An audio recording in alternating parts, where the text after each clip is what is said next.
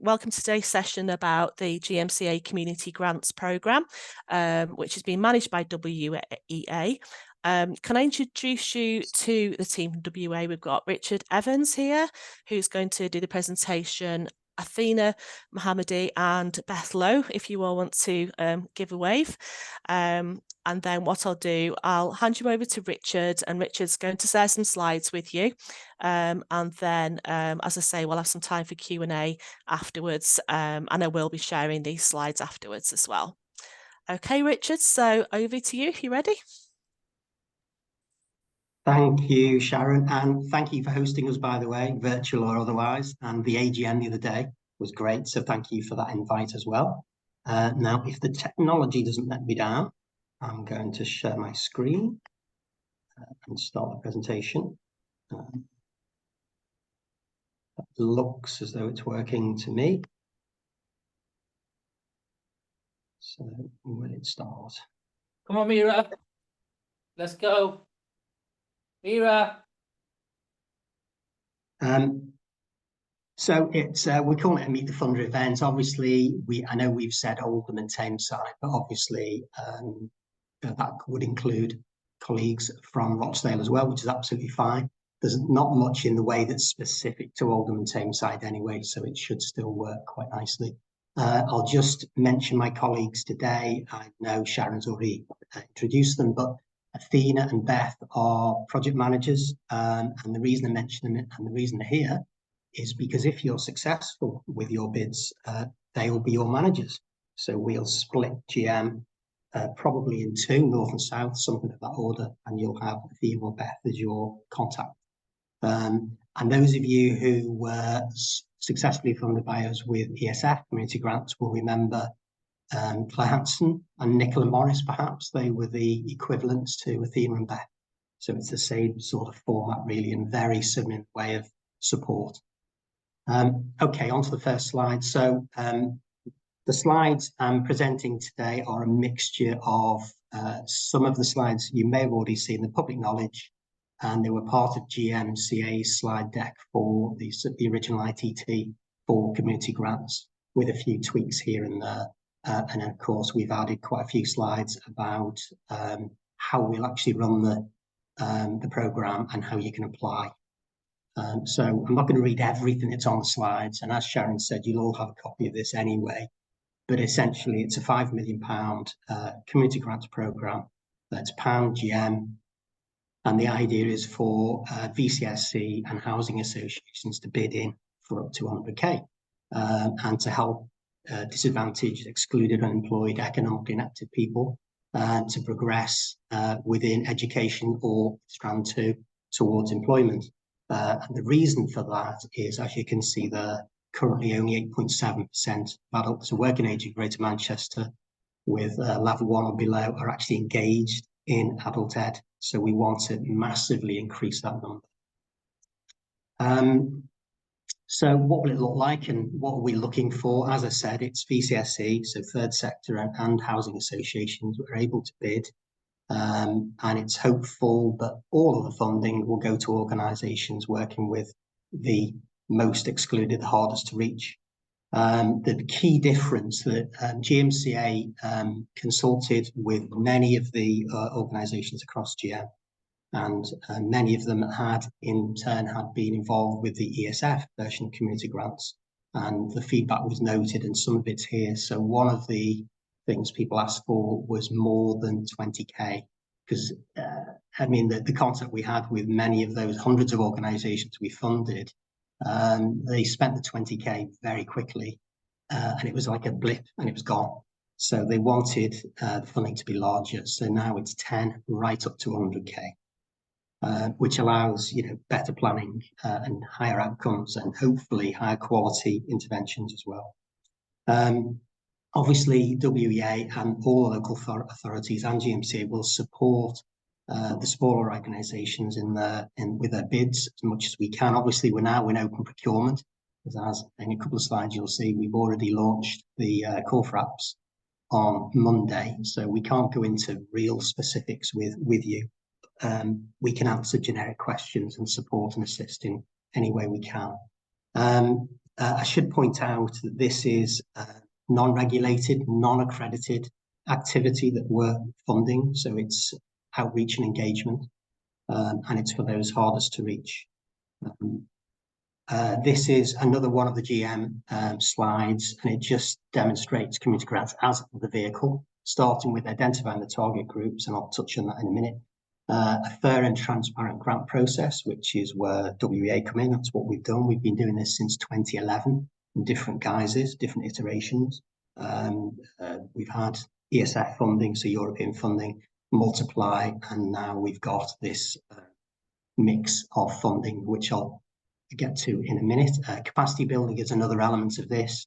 And with that in mind, on Wednesday next week, we have a masterclass in bid writing. It's not too specific to this particular program, as it can't be at this stage because we are in open procurement, but we've run this before over the years, and it's always been well received. So come along to that if you can, but I must stress it is space limited. So it's first come, first served, and we already have probably over 25 people out of approximately 40 that can attend. So we will do other versions of that, and we'll try and do an online one, but that's the most pertinent one to this strand. So it's next Wednesday, and that's in our offices at Hollyoak House in Hanover Street. So the strands themselves, we just launched strand 1, which I'll get to in a minute, so I'm not going to read all of that out, but essentially strand 1 is very much about engaging people and moving them on within adult education. Strand 2 is more about engaging people and moving them towards employment. So the sort of activities are there. It's called Essential Life Skills for strand 1, so it's very much about maths, English and digital, although not ESOL, although you could work with ESOL level learners and do English related. If that's the particular barrier, you can address that. But what we don't want is people delivering ESOL, entry level to speaking and listening, for example, because that should be funded via AEB. And there's a lot of that out there already. So hopefully there'll be other barriers that people will be addressing. Strand 2, we're going to launch later, so I'm not going to go into much detail about that. Strand 1, essential life skills, and its funding is Multiply and AEB. So Multiply is via DFE, and AEB is the devolved funding that GMCA has had for several years now. So they've been brought together to fund this strand 1 part of community grants. And the sort of progression routes into other education and skills, you've got the growth company, of course, who have the bigger contract for Multiply. So that's a natural onward referral for maths residents. We've got AEB, of course, the whole gamut of skills courses and so on across the piece. There are Skills for Life boot camps, whether it's digital or caring or many of the other boot camps that are available. And also we've got apprenticeships.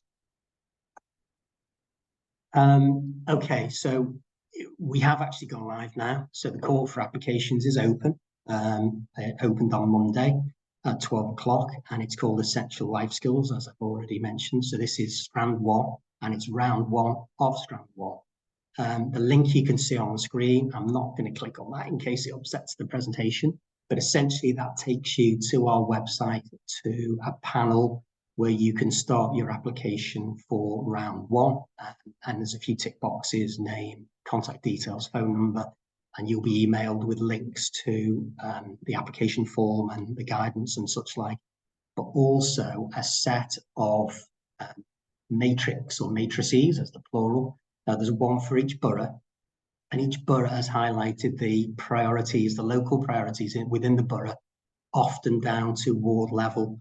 And what we expect is that the bids, it'll become clear when you look at the application form in section D, but the bids key into those priorities and come up with unique, innovative ways of addressing them. For example, in Manchester, the key priority is economically inactive people who are long-term sick, but there are many others across the boroughs, deaf people, over 50s and such like. There's lots of choice within the But if you're applying for a particular borough or several boroughs, you would be expected to address some of those priorities within your responses. Another element of strand 1 is it's strongly test and learn. So it's not as prescribed as I've just made it sound, because you need to tell us what you think works or what you already know works. How can you deliver activity that addresses the priorities? What's different about what you do, and key into your local knowledge?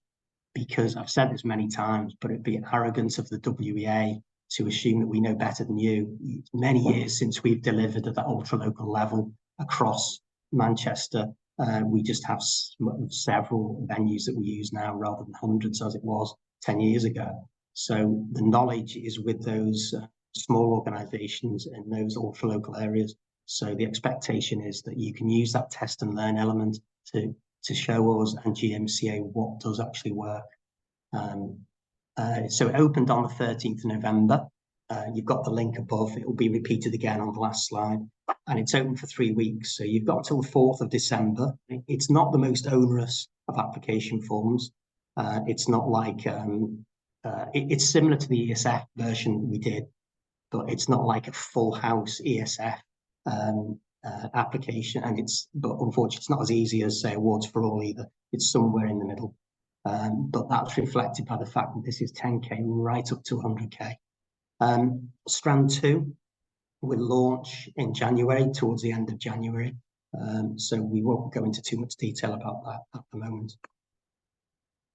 So if you're thinking of applying, what would you need to know? Well, potentially the following. You would need to be a VCSE organisation or a housing association. You can bid for up to 100K, as we've already said. The limiting factors are the amount you request should not be more than 50% of your average turnover, your average income over the last 3 years. If it's a partnership application, and the reason I mention that is we've had quite a few people who said our organisation has only been formally in existence for maybe 1 year or 2 years. So would we be eligible? Well, the answer is no, but as a partnership application, we just expect one lead organisation and one bank account we can pay the funding into, and how the money is split between the partners, the consortium, if you like, is up to the lead. So if you don't comply with the 3 years, because obviously the inference is if you're the amount you bid is based on your average income over the last, or 50% of the last 3 years, you need to have 3 years accounts. So if you haven't got that, you could seek to enter into partnership with one of the organisations that are planning to apply as a lead in a partnership or a consortium. But it will be led by that one organisation, and we do expect them to do the due diligence on their own partnership, their own consortium. We wouldn't get into that.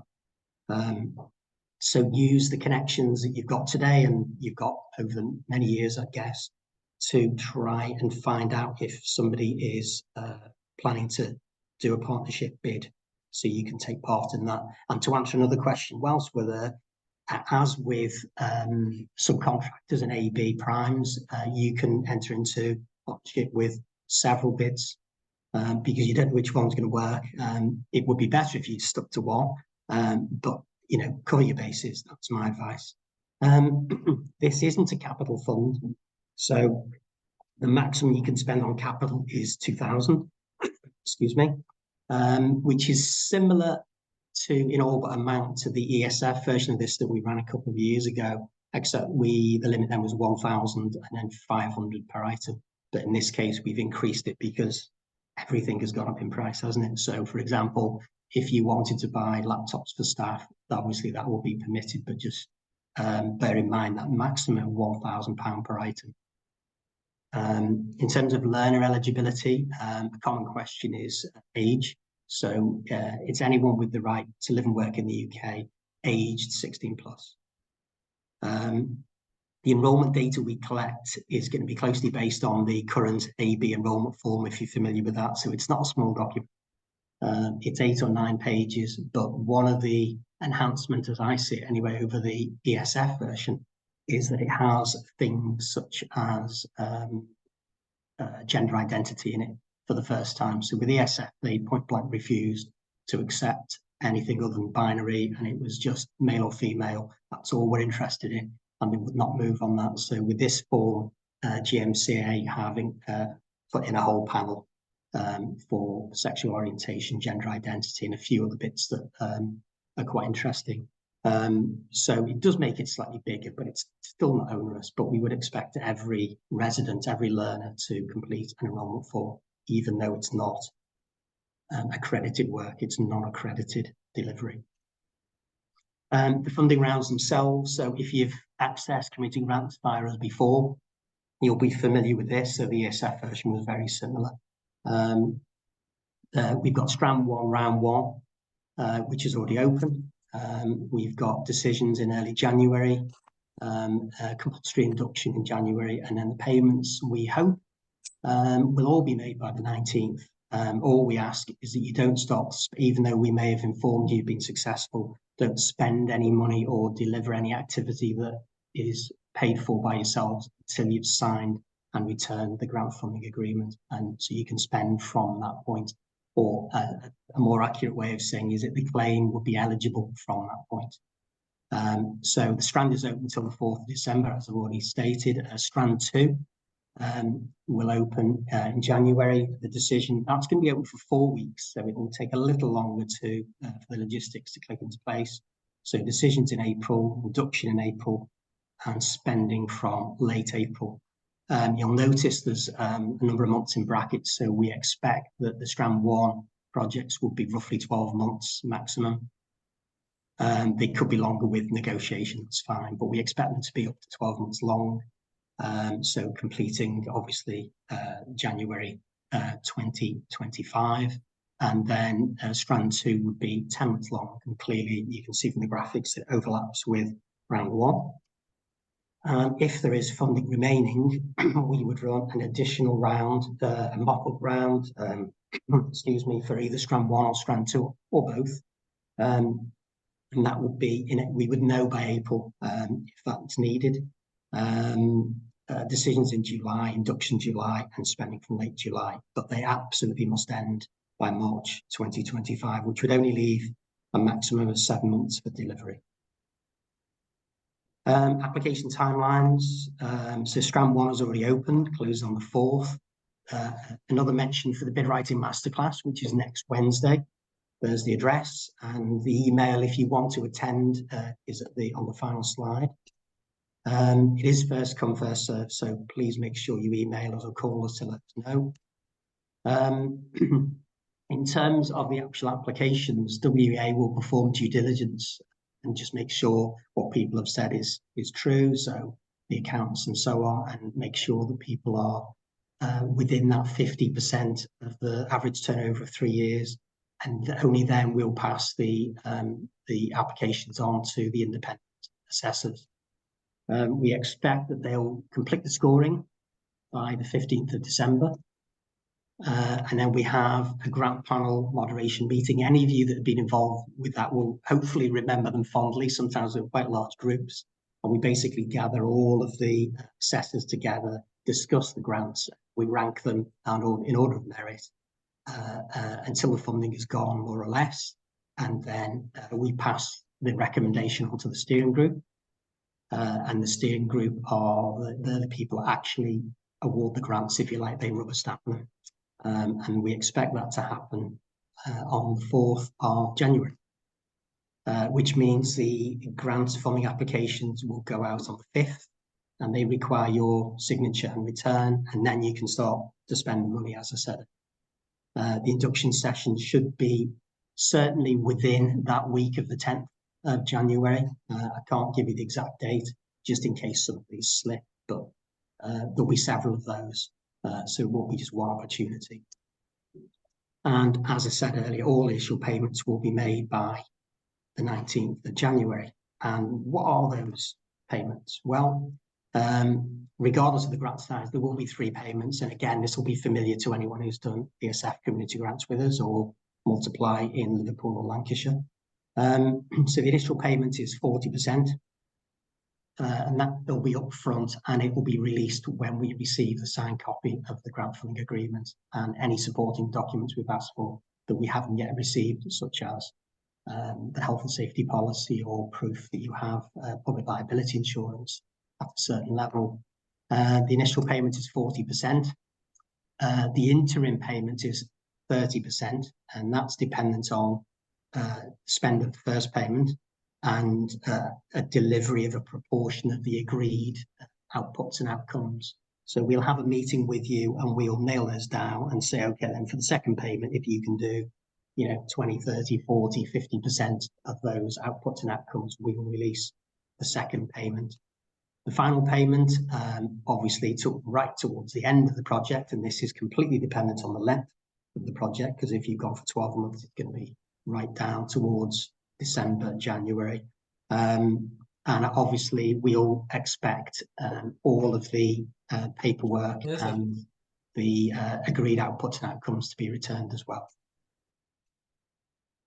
In terms of collaboration and support across the piece, we've got those induction sessions, and that's where we'll cover how to claim and what you can claim in detail, how to collect learning records and what we expect on them, and other practical advice, and particularly around that, around onward referral and collaboration, because we'd really like collaboration to be a strong element of both Strand 1 and Strand 2. And now we've come out of lockdown by many months now, there's no excuse for not working together. So just to give you an example, if there's something that you can't deliver as a particular organisation, probably your buddies around the corner can, if you ask them or if you work with them.